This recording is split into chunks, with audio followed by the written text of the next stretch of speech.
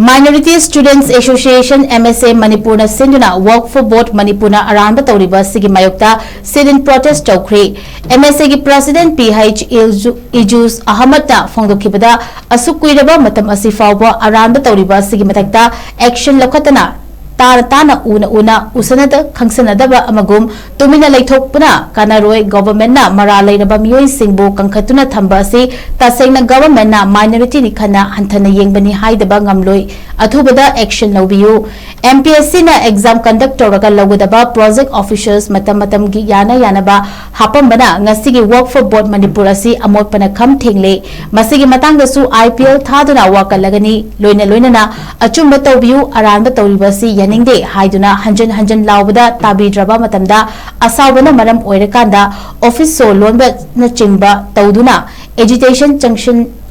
nabagidamakta police na organization gi miyoi khara by name da kokhatlakpa akanba mong da condemn tawi masi khudakta lepkadabani achumba tawbada karigi office loan gani amopana pik thalaba office ama oibagi project officers ani leibada Animak famdraba huranbagi makonbu matau kamaina kamdona hanguna thamgani haiba wafam phongdokpaga loinana fage hairabadi laaga fabirulau maduda organization asina akiba leite achumba tawdriba fawba lepa leitana khongjang junction khigani haiba wafam phongdorpaga loinana masida government na tumina sum leiragadi government asisu Manipur pangal khunaina boycott tawbagi firep lorokpa yai haina phongdokhi Manipur na Aranba Touriba Asigi Tawiyu haibaduni akoy thamdini se aduga loina na akoygi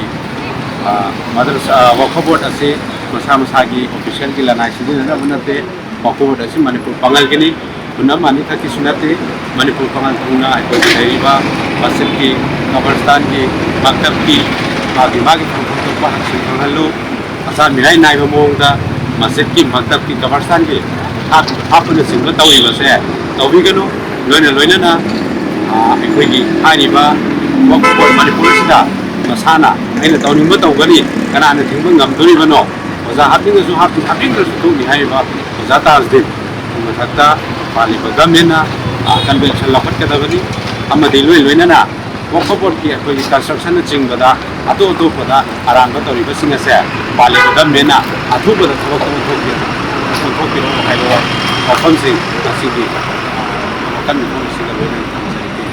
aduga marak sida koina nuai jada ba mana aduna government na lawzaro kanda adugum laba ikoi police ta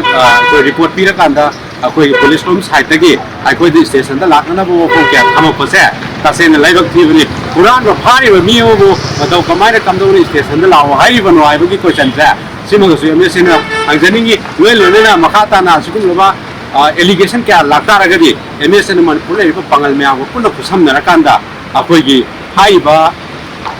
personal oina akoi attack tawraiba Manipur pangal gi kunai siki masjid ki maktab ki adugum laba kabristan gi